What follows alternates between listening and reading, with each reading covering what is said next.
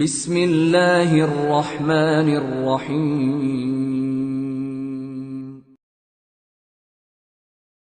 Para jamaah yang dimuliakan Allah Subhanahu wa taala, di dalam hadis yang diriwayatkan oleh Imam At-Tirmidzi dan Ibnu Majah dari Abu Hurairah radhiyallahu an, su'ila Rasulullah sallallahu alaihi wasallam an aktsari ma yudkhilan nasa al jannah, faqala taqwallah wa husnul khuluq.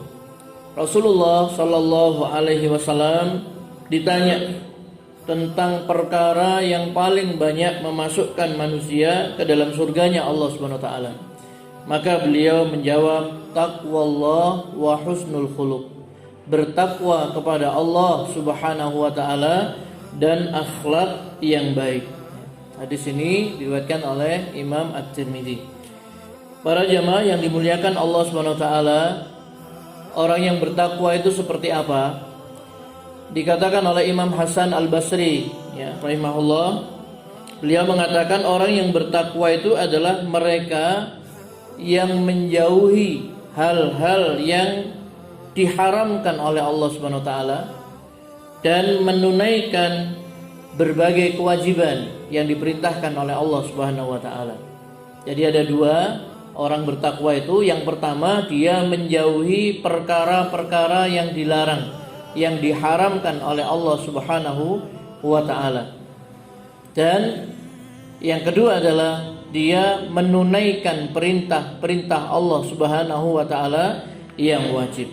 Intinya adalah bahwa orang yang bertakwa itu orang yang melaksanakan perintah-perintah Allah yang wajib dan menjauhi larangan-larangan Allah Subhanahu wa taala. Dan tujuan daripada ibadah puasa Ramadan ini disyariatkan oleh Allah kepada orang-orang beriman tidak lain adalah agar kita menjadi orang-orang yang bertakwa kepada Allah Subhanahu wa taala.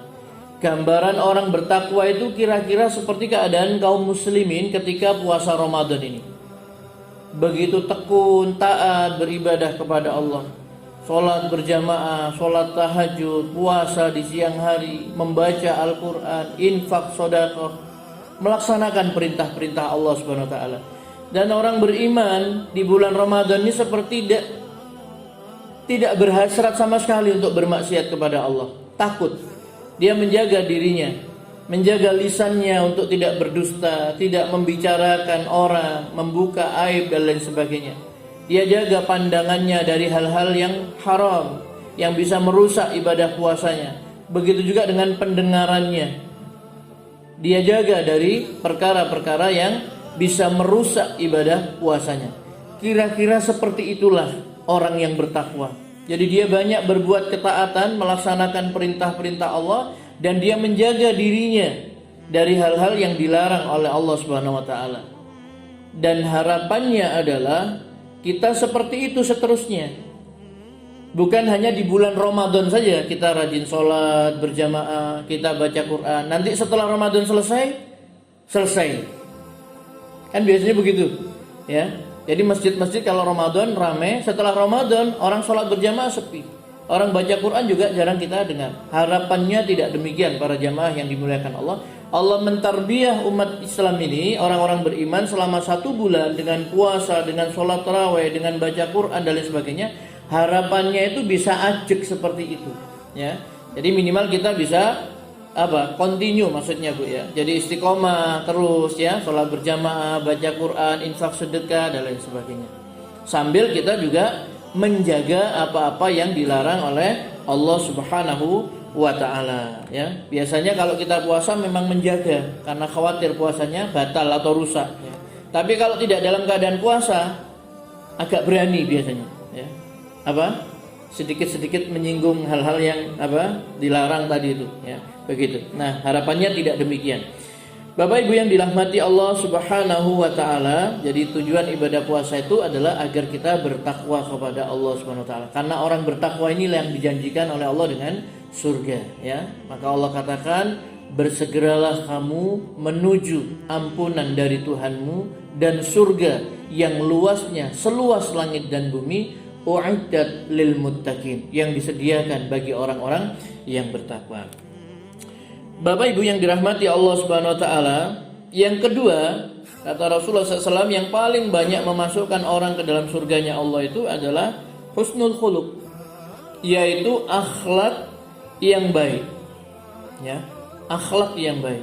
Kita tahu misi utama Nabi SAW yang paling besar adalah tauhid, mengajak manusia kepada la ilaha illallah. Tidak ada ilah yang hak untuk disembah dengan benar kecuali Allah Subhanahu wa taala. Yang kedua, kata Nabi, innama bu'istu liutammima makarimal akhlak. Sesungguhnya aku diutus oleh Allah adalah untuk menyempurnakan akhlak.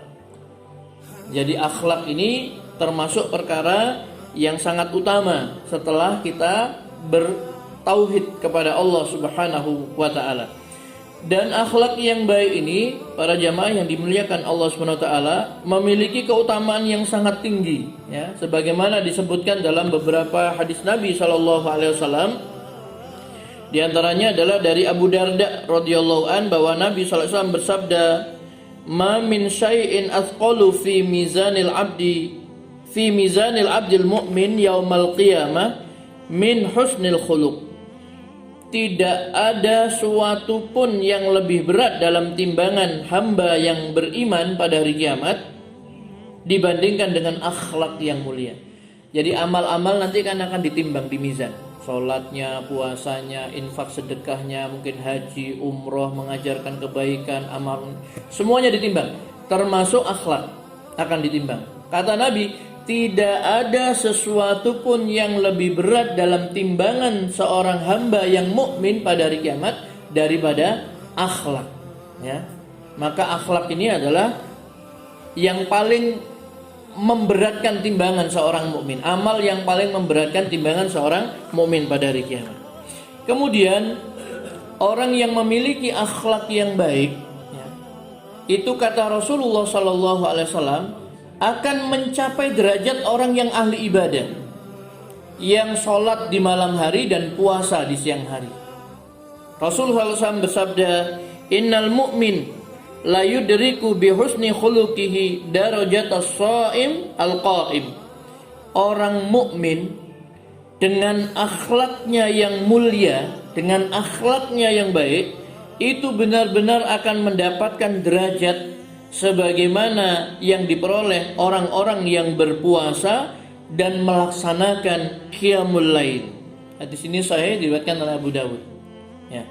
Orang itu kan sama Allah diberi kekuatan masing-masing.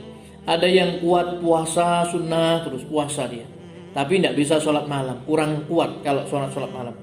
Ada yang sholat malamnya dia setiap hari rutin tahajud, mulai jam 2 tahajud rutin, tapi tidak kuat kalau ibadah puasa.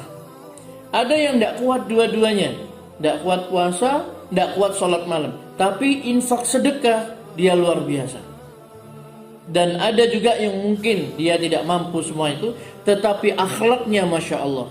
Maka orang yang memiliki akhlak yang baik tadi itu bisa mencapai derajat orang yang puasa dan sholat malam dengan akhlaknya tadi itu. Tapi kalau bisa semuanya bagus Pak, ya.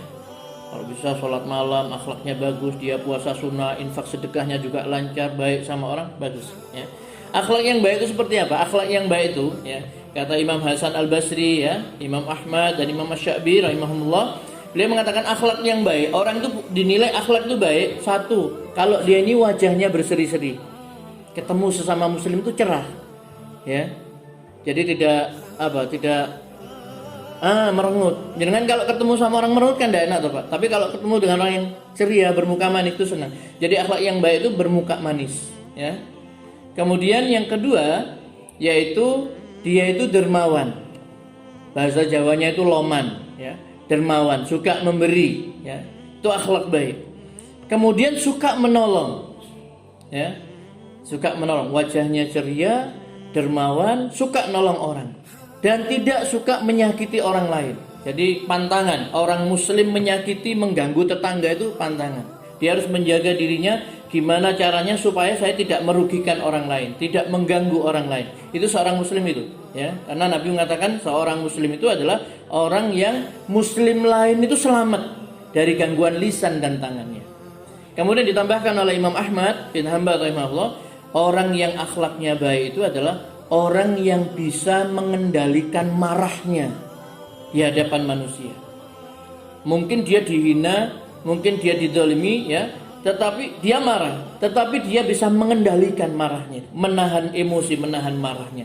Itulah orang yang akhlaknya baik, ya. Itu diantaranya. Maka Bapak Ibu yang dirahmati Allah Subhanahu Wa Taala, mereka yang suka tersenyum, dermawan, suka menolong orang, tidak mau ganggu orang lain, menahan marah, mereka inilah orang-orang yang berakhlak baik menurut para ulama tadi.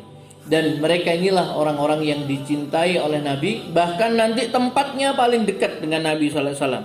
Beliau sallallahu alaihi wasallam bersabda, "Inna min ahabbikum ilayya wa aqrabikum minni majlisan yaumal qiyamah ahasinukum akhlaqan." Orang yang paling aku cintai di antara kalian dan yang paling dekat majelisnya denganku pada hari kiamat adalah orang yang paling baik akhlaknya di antara kalian.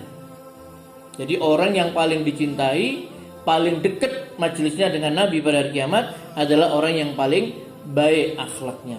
Maka Nabi SAW juga mengatakan, khairukum khairukum li ahli wa ana khairukum li ahli. Sebaik-baik kalian adalah yang paling baik terhadap keluarganya, dan aku adalah orang yang paling baik terhadap keluargaku. Mudah-mudahan bermanfaat. Aku qouli hadza wa astaghfirullah li wa lakum. Wassalamualaikum warahmatullahi wabarakatuh.